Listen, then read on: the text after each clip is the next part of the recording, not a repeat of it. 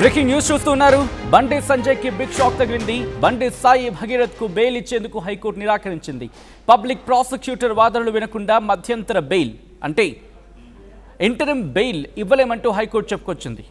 విచారణను రేపటికి వాయిదా వేసింది హైకోర్టు. ముందస్తు బెయిల్పై విచారణ వారానికి వాయిదా వేసింది. ఇక్కడ రెండు డెవలప్మెంట్స్ ఉన్నాయి మీరు గమనిస్తే కనుక. మరీ ముఖ్యంగా ఇంటరిమ్ బెయిల్ ఇవ్వలేమంటూ హైకోర్టు చెప్పుకొచ్చింది. విచారణను రేపటికి వాయిదా వేసింది హైకోర్టు. దాంతోపాటు యాంటిసిపేటరీ బెయిల్పై కూడా విచారణను వారానికి వాయిదా వేసింది. బండి సాయి భగీరథ్ తరపున అడ్వకేట్ నవీన్ కుమార్ వాదనను వినిపిస్తూ ఉన్నారు. ఇటు తప్పుడు ఆరోపణలతో భగీరథ్పై కేసు పెట్టారంటూ అడ్వకేట్ చెప్పుకొచ్చారు. ఈ కేసు పోక్సో పరిధిలోకి రాదు అంటూ చెప్పుకొచ్చారు అడ్వకేట్. బాధితురాన్ని చెప్తున్న బాలిక మైనర్ కాదు మేజర్ అంటూ ఇటు కోర్టు దృష్టికి తీసుకెళ్లారు అడ్వకేట్. ఆమె తల్లి తప్పుడు ఆధారాలు సృష్టించి వయస్సు తగ్గించి పోక్సో కింద కేసు నమోదు చేయించారంటూ కూడా అడ్వకేట్ హైకోర్టు ముందుకు తీసుకెళ్లారు. ఇన్ఫాక్ట్ హైకోర్టు ముందు తమ వాదనను వినిపించారు. బాధితురాలివి డిఫరెంట్ బర్త్ సర్టిఫికేట్స్ చూపెట్టారంటూ అడ్వకేట్ చెప్పుకొచ్చారు. ఎఫ్ఐఆర్లో కావాలనే సెక్షన్స్ మార్చారన్నారు అడ్వకేట్. ముందు BNS section 74, 75, section 11 read with 12 POCSO case పెట్టారన్నారు. ఈ సెక్షన్స్ ప్రకారం తక్కువ శిక్ష పడుతుందని, తర్వాత సెక్షన్ 5 రెడ్ విత్ 6 యాడ్ చేశారంటూ అడ్వకేట్ చెప్పుకొచ్చారు. ఇటు బండి సాయి భగీరథ్కు పోలీసుల నుంచి రక్షణ కావాలంటున్నారు అడ్వకేట్. ఇంటరిమ్ బెయిల్ ఇస్తే బండి సాయి భగీరథ్ పోలీసులకు సహకరించేందుకు సిద్ధంగా ఉన్నాడు అని చెప్పుకొచ్చారు. Interesting development. In fact we have to note this point two. బాలిక మైనర్ కాదు అనడానికి ఆధారాలు సమర్పించాలంటూ హైకోర్టు చెప్పుకొచ్చింది. ఇంట్రెస్టింగ్ డెవలప్మెంట్ చోటు చేసుకుంటున్నాయి. నిన్న బండి సాయి భగీరథ్ కూడా ఇటు పోలీసులకు ఒక నోట్ని పంపించడం జరిగింది. ఏమని దానికి సంబంధించి డీటెయిల్గా మాట్లాడుకునే ప్రయత్నం చేద్దాం. మా ప్రతినిధి ఇన్నారెడ్డి అప్డేట్స్ అందించేందుకు హైకోర్టు నుంచి సిద్ధంగా ఉన్నారు. లాయర్స్ కూడా అవైలబిలిటీలో ఉన్న ఒకసారి ఇన్నారెడ్డి దగ్గరికి వెళ్ళే ప్రయత్నం చేస్తున్నారు. హైకోర్టు నుంచి అప్డేట్స్ అందించేందుకు ఇన్నారెడ్డి సిద్ధంగా ఉన్నారు. ఇన్నారెడ్డి, ప్రస్తుతం ఏం జరుగుతోంది, డెవలప్మెంట్స్ ఏంటి, అండ్ ఇప్పుడు బండి సాయి భగీరథ్ సంబంధించి నెక్స్ట్ ఏం జరిగే అవకాశం ఉంది లీగల్గా?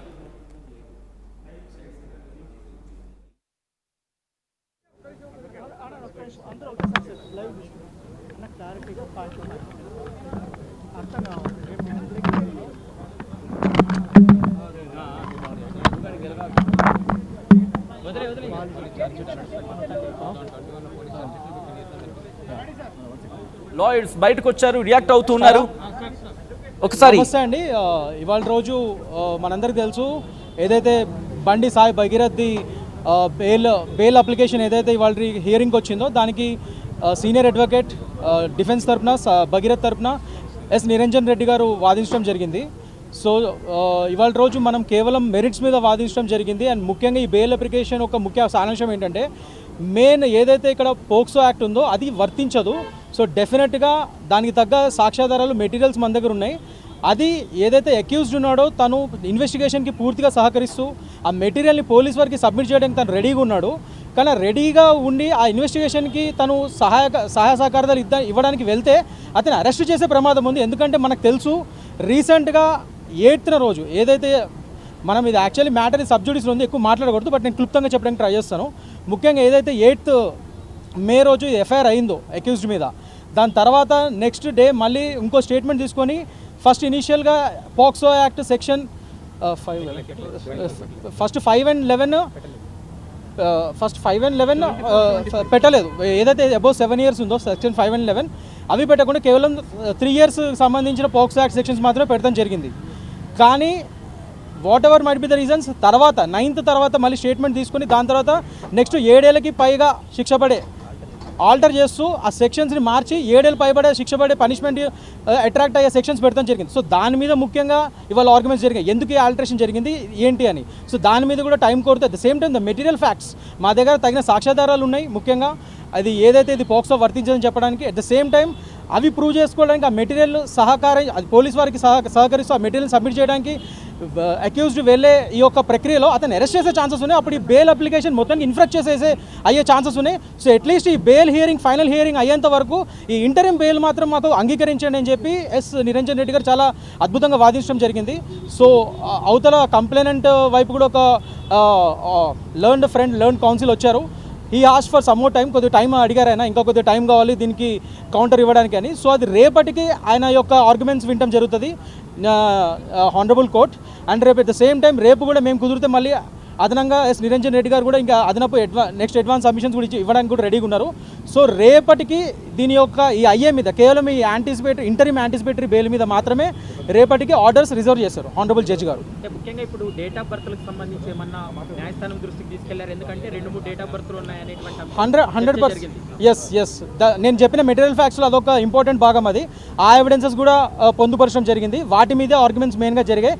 బేస్డ్ ఆన్ దాట్ ఓన్లీ మేము క్లియర్గా నిరంజన్ రెడ్డి గారు ముఖ్యంగా చెప్పేది ఏంటంటే ఇక్కడ పోక్సో వర్తించే ఛాన్సెస్ చాలా తక్కువ, అది మేము ఫ్యూచర్లో ట్రయల్కి వెళ్ళినప్పుడు మేము ప్రూవ్ చేస్తాం. కానీ ఈ లోపల యాంటిసిపేటరీ బెయిల్ అనేది ప్రతి పౌరుడి హక్కు. And at the same time అవతల తరపున న్యాయవాది కూడా because his father is a prominent figure, father is a prominent political figure, దానివల్ల అతనికి స్పెషల్ ట్రీట్మెంట్ అన్నట్టుగా వాదన చేయడం జరిగింది. దాన్ని మేము మా నిరంజన్ రెడ్డి గారు గౌరవనీయ న్యాయవాది దానికి డిఫై చేస్తూ ఏం చెప్పారంటే take it in a reverse way. అదేంటంటే ఈయన ప్రామినెంట్ ఫిగర్ కాదు, ఇతను ప్రామినెంట్ ఫిగర్ వాళ్ళ అబ్బాయి కాబట్టి అన్నెసరీగా he's been vilified, he's been victimized. అతని మీద ఇవాళ రోజు ఒక మీడియా ట్రయల్స్ కానీ ఎలా జరుగుతున్నాయి, వేరే పొలిటికల్ పార్టీస్ ఏ విధంగా మీడియా ట్రయల్స్ చేస్తున్నాయి, ముఖ్యంగా అతని మీద పోస్టర్స్ ఏ విధంగా పెడుతున్నారు ప్రతి చోట మిస్సింగ్ అని చెప్పి. సో అతన్ని ఇంకా రివర్స్లో ఎక్కువ విక్టిమైజ్ చేస్తున్నారు. సో ఆ విషయాన్ని కూడా న్యాయస్థానానికి దగ్గర దృష్టికి తీసుకెళ్ళడం జరిగింది నిరంజన్ రెడ్డి గారు. ఇన్ఫ్యాక్ట్ ఇది రివర్స్, ఇది being a prominent political personality son he's been more victimized ఇక్కడ. సో దాన్ని కూడా కోర్టు వారు కన్సిడర్ చేయాలని చెప్పడం జరిగింది. సో ఇదంతా ఒక చాలా అద్భుతంగా ఒక ఆర్గానిక్ వేగా ఈ యొక్క వాట్ ఎవర్ దీస్ ఆర్గ్యుమెంట్స్ అయినాయి. సో రేపటికి ఇది రిజర్వ్ చేశారు ఈ ఆర్డర్స్ గౌరవనీయ జడ్జి గారు. అండ్ ఇంటరిమ్ ఆర్డర్స్ రేపు మార్నింగ్ మనకి తెలుస్తుంది దీని మీద ఏంటన్నది. We are very much positive about it. Hopefully ultimately truth prevails, justice prevails అనేది మేము నమ్ముతున్నాం. We have full faith in judiciary. Interim బెయిల్కి సంబంధించి ఈ పోక్సో కేసుల్లో గతంలో ఏమైనా సుప్రీంకోర్టు ఆదేశాలు కానీ సుప్రీంకోర్టు జడ్జిమెంట్లు కానీ వీటికి సంబంధించి ఏమైనా క్లారిటీ ఇచ్చారు? చాలా మంచి క్వశ్చన్ అడిగారండి. 100% అంతకుముందు ప్రీవియస్ ప్రెసిడెంట్స్ కూడా ఏవైతే సుప్రీంకోర్టుకి సంబంధించి ఉన్నాయో 3 జడ్జిమెంట్ సబ్మిట్ చేయడం జరిగింది. ఇంకా అదనపు ప్రతి పాయింట్ టు పాయింట్ ఇప్పుడు నేను చెప్పిన ప్రతి పాయింట్ టు పాయింట్ అక్కడ ఆర్గ్యుమెంట్స్ చేసి ప్రతి దానికి సుప్రీంకోర్టు ప్రెసిడెంట్స్ని గౌరవనీయ నిరంజన్ రెడ్డి గారు చెప్పడం జరిగింది. సో అవన్నీ కూడా కన్సిడర్ చేసి రేపు డెఫినెట్గా హానరబుల్ కోర్ట్ అవన్నీ కన్సిడర్ చేసి రేపు అవతల పక్క న్యాయవాది ఎవరైతే కంప్లైంట్ తరపున న్యాయవాది ఉన్నారో ఆయన రేపటి వరకు టైం అడిగారు ఇంటరిమ్ అప్లికేషన్ వరకు ఆర్గ్యుమెంట్స్ చెప్పడానికి. సో ఆయన తరపు వాదనలు కూడా విని రేపు ఒక డెసిషన్ తీసుకునే ఛాన్సెస్ ఉన్నాయి. అది చూడాలండి, ఎందుకంటే బికాజ్ రేపు మార్నింగ్ ఇది ఎప్పుడు లిస్ట్ అవుతుందో చూసి దాన్ని బట్టి దీని మీద ఆర్డర్స్ బట్టి ఉంటుంది. ఒకటి గుర్తుపెట్టుకోండి పోలీసులు ఏం డైరెక్షన్స్ ఇవ్వలేదండి. ఒకటి గుర్తుపెట్టుకోండి, జస్ట్ బికాజ్ ఇది 7 years అబోవ్ పోక్స్ యాక్ట్ అయినంత మాత్రాన కంపల్సరీ అరెస్ట్ చేయాలని కూడా రూల్ లేదు. ఎందుకంటే there are many such Supreme Court precedents that compulsory ఇవి కాగ్నిజబుల్ ఒఫెన్సెస్ అయితే ఖచ్చితంగా ఇమీడియట్గా అరెస్ట్ చేసి అతను రిమాండ్లో తీసుకొని ఇన్వెస్టిగేషన్ చేయాలని రూల్ లేదు. ఆ ఆర్గ్యుమెంట్స్ కూడా చెప్పడం జరిగింది లోపల. సెక్షన్ ఆర్డర్ అయింది కాబట్టి ఖచ్చితంగా ఈ కేసులో అరెస్ట్ చేసే అధికారం మాకుందనేది పోలీసుల వాదన. ఆ ఆల్టరేషన్ ఎందుకు జరిగింది, దానికి తగ్గట్టుగా మీరు ఎందుకు సడన్గా ఆల్టరేషన్ చేయాల్సి వచ్చింది అన్న వాదనలో మా వైపు వాదన నిరంజన్ రెడ్డి గారు ఇవ్వడం జరిగింది. సో దాని మీద ఇవాళ రోజు గౌరవనీయ జడ్జి గారు అన్ని చూసి అన్ని ఫ్యాక్ట్స్ ఆఫ్ ది కేసు అన్ని చూసి రేపటికి దాన్ని రిజర్వ్ చేశారు. 8వ తారీఖు ఎఫ్ఐఆర్ అయినప్పుడు సెక్షన్లకు మళ్ళీ 9వ తారీఖు ఆల్టర్ చేయడానికి కారణాలు ఏంటనేది వాళ్ళ నుంచి ఏమైనా క్లారిటీ వచ్చిందా? అది లేకనే వాళ్ళు ఇంకా టైం కోరుతున్నారు. వాళ్ళు అట్లీస్ట్ మినిమం 1 week అలా అడిగారు. బట్ గౌరవనీయ జడ్జి గారు ఇది ఇంటరిమ్ అప్లికేషన్ కాబట్టి రేపటికల్లా డెసిషన్ తీసుకోవాలి కాబట్టి రేపటికల్లా ఏమన్నా మీరు కౌంటర్ ఫైల్ చేయండి అని అడిగారు. దానికే వాళ్ళ తరపు న్యాయవాది రేపటి వరకు మేము ఫైల్ చేస్తామన్నారు. సో రేపు ఆయన యొక్క వాదనలు బట్టి అవసరమైతే మళ్ళీ నిరంజన్ రెడ్డి గారు he will be giving his other submissions if necessary. ఈ కేసులో కేంద్ర మంత్రి కొడుకు కాబట్టి ఈ కేసు ఇప్పటికే ఇన్ఫ్లుయెన్స్ గురవుతుంది, ఇన్ఫ్లుయెన్స్ చేస్తున్నారనేటువంటి అంశానికి సంబంధించి ఒక అంశం కోర్టు దృష్టికి తీసుకెళ్ళినప్పుడు కోర్టు ఏమైనా కామెంట్ చేసిందా? అక్కడ కోర్టు వారు అలాంటివి ఎప్పుడు చెప్పారండి. ఆ కోర్టు వారు ఎప్పుడు అలాంటి కామెంట్స్ చేయరు కూడా. అక్కడ అవతల వైపు న్యాయవాది గారు అన్నారన్నమాట. దానికే నిరంజన్ రెడ్డి గారు దీన్ని రివర్స్లో తీసుకోండి, ఇక్కడ అసలు మేము క్లియర్గా చెప్పారు నా వాదనల ముందే, నన్ను అసలు స్పెషల్ పర్సన్ కింద కన్సిడర్ చేయకండి, అందరితో పాటే నేను కూడా ఒకరిని. అండ్ ముఖ్యంగా ఈ పోక్సో సుప్రీంకోర్టు ప్రెసిడెంట్స్ ఏవైతే చెప్పారో అవన్నీ కూడా ఇదివరకు సాధారణ అక్యూజ్డ్కి వచ్చిన జడ్జిమెంట్స్ మీదనే ఆధారపడి ఉన్నాం. Special persons based case laws మేము సబ్మిట్ చేయట్లేదు. ముఖ్యంగా ఇక్కడ నేను ప్రామినెంట్ వ్యక్తి యొక్క కొడుకును కాబట్టే ఇంకా నన్ను ఎక్కువ విలిఫై చేస్తున్నారు certain political party certain media sections. ఇంకా నా పోస్టర్లు ప్రతి చోట పెడుతున్నారు, ఎక్కడ భగీరథ్ అని ఇంకా రివర్స్ నన్ను ఎక్కువ విక్టిమైజ్ చేస్తున్నారు అనేది ఇక్కడ ప్రధాన ఆర్గ్యుమెంట్ అయింది. అక్కడ అది చూడాలండి రేపటి దాన్ని బట్టి, ఎందుకంటే రేపు మార్నింగ్ ఇది హియరింగ్ ఉంది. బెయిల్ అప్లికేషన్ అనేది ప్రతి అక్యూజ్డ్ ఈ దేశంలో అతని సర్వసాధారణమైన కాన్స్టిట్యూషనల్ రైట్ అది. సో తప్పకుండా భగీరథ్కి హక్కు ఉంది కాబట్టి అతని వాళ్ళ రోజు ఆ బెయిల్ అప్లికేషన్ వేసుకున్నాడు. సో రేపటి దాని యొక్క నిర్ణయం గౌరవనీయ న్యాయస్థానం తీసుకుంటే దాన్ని బట్టి మనం చూద్దాం. ఇట్స్ ఆల్ సబ్జుడిస్, ఇంతకంటే మేము ఎక్కువ మాట్లాడలేం.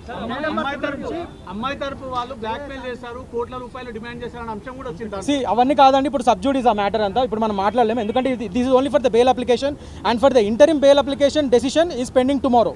So let us not get into the facts now itself, please.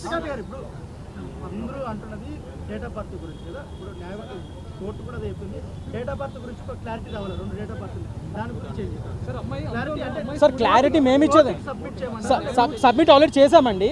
Facts of the case అవైతే అవసరమో అవన్నీ మేము ఆల్రెడీ ఎవిడెన్సెస్ పెట్టాము అక్కడ. Let us wait. It's in sub judice, the matter is sub judice. Sir ఒక్క నిమిషం.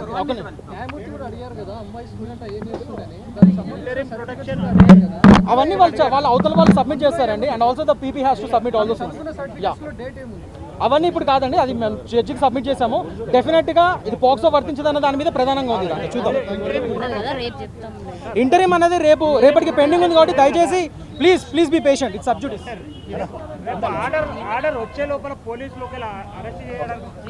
లేదు అట్లేం లేదు. బెయిల్ అనేది ప్రతి పౌరుని హక్కు, అది వేసుకున్నారు. Let us wait and see. Tomorrow it is pending for orders for tomorrow. Let us next ఎవరున్నారు?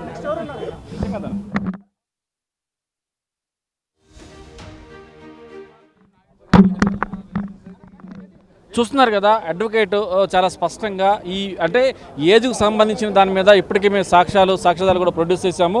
మరి రేపు 15వ తారీఖున ఈ కోర్టుకు అంటే పోలీసు ఎంక్వైరీకి హాజరవుతామని చెప్పేసి నిన్న పంపించిన నోటికి రిప్లై ఇవ్వడం జరిగింది. మరి రేపు హాజరవుతారని దాని మీద కూడా దీని మీద రేపు ఉదయాన్నే పీపీ గారి ఆర్గ్యుమెంట్స్ ఉంటే దాని ఆర్గ్యుమెంట్ తర్వాత వచ్చిన జడ్జిమెంట్ని బట్టి నిర్ణయం తీసుకుంటామని చెప్పని కూడా చెప్తున్న పరిస్థితి. సో రేపైతే మాత్రం మధ్యంతర బెయిల్కు సంబంధించిన వ్యవహారం సంబంధించి రేపు నిర్ణయం తీసుకుంటాం. రెగ్యులర్ బెయిల్కి సంబంధించి మాత్రం ఒక వారం తర్వాత పోస్ట్ పోన్ చేస్తామని కూడా కోర్టు చాలా స్పష్టంగా చెప్పడం జరుగుతుంది. ఏదైనప్పుడు కూడా టోటల్గా మనం చూస్తే ఈ కేసులో అంతా కూడా ఏజ్కి సంబంధించి అంటే ఆమె ఏజ్కి సంబంధించి ఆమె 19-20 సంవత్సరాలు ఉంటాయని చెప్పేసి ఒకవైపున భగీరథ తరపున అడ్వకేట్లు, తర్వాత నిరంజన్ రెడ్డి తమ వాదనలు వినిపించడం జరుగుతూ ఉంది. దానికి సంబంధించి గతంలో వాడిన కేసు, దానికి సంబంధించిన ఛార్జ్షీట్ సంబంధించిన వ్యవహారాలు కూడా వాళ్ళు సబ్మిట్ చేయడం జరిగింది. మరోవైపున పీపీ గారు స్పందించిన విధానం మనం చూస్తే ఇది ఒక పలుకుబడి వ్యక్తి కాబట్టి నిరంజన్ రెడ్డి దీన్ని ఇంకా దాన్ని ప్రొలాంగ్ చేస్తున్నాను, దాన్ని ఏదో రకంగా ఇబ్బంది చేస్తారు కాబట్టి దీని మీద నిర్ణయం తీసుకోమని చెప్పినప్పుడు అంటే నిరంజన్ రెడ్డి గారు వస్తూ పదే ఒక ప్రముఖ వ్యక్తి అని కాకుండా సామాన్య వ్యక్తిగానే ట్రీట్ చేయండి మీరు అని చెప్పేసి కూడా చాలా స్పష్టంగా పేర్కొనడం జరిగింది.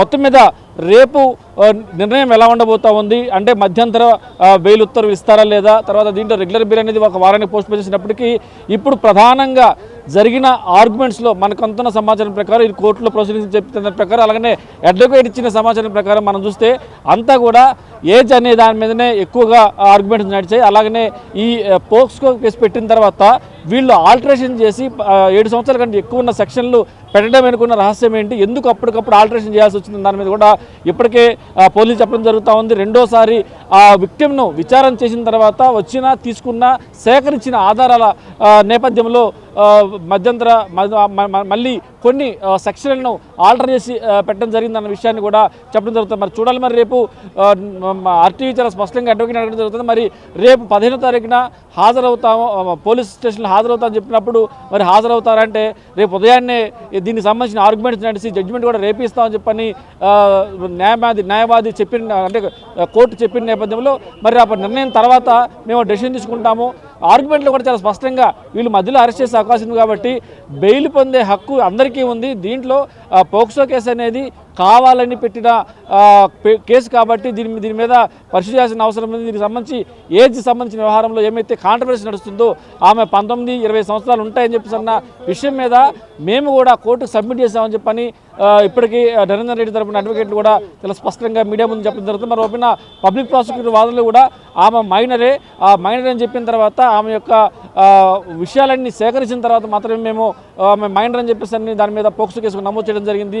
రెండోసారి విచారణ విచారణ చేసిన తర్వాత సేకరించిన ఆధారాల నేపథ్యంలో ప్రస్తుతం ఆల్టరేషన్ చేసి కొన్ని సెక్షన్ పెట్టడం జరిగిందని చెప్పి స్పష్టంగా చెప్పడం జరుగుతూ ఉంది. మరి చూడాలి రేపు భగీరథ విచారణకు హాజరవుతాడా లేదా, రేపు ఇంటరిమ్ బెయిల్ వస్తుందా రాదా, రేపు ఇంటరిమ్ బెయిల్ వచ్చిన తర్వాత ఆ బెయిల్ని బట్టి మేము హాజరవ్వాల వద్ద నిర్ణయించుకుంటామని చెప్పని కూడా చాలా స్పష్టంగా అడ్వకేట్ అంటే భగీరథ సంబంధించిన అడ్వకేట్ మీడియాతో చెప్పడం జరుగుతూ ఉంది.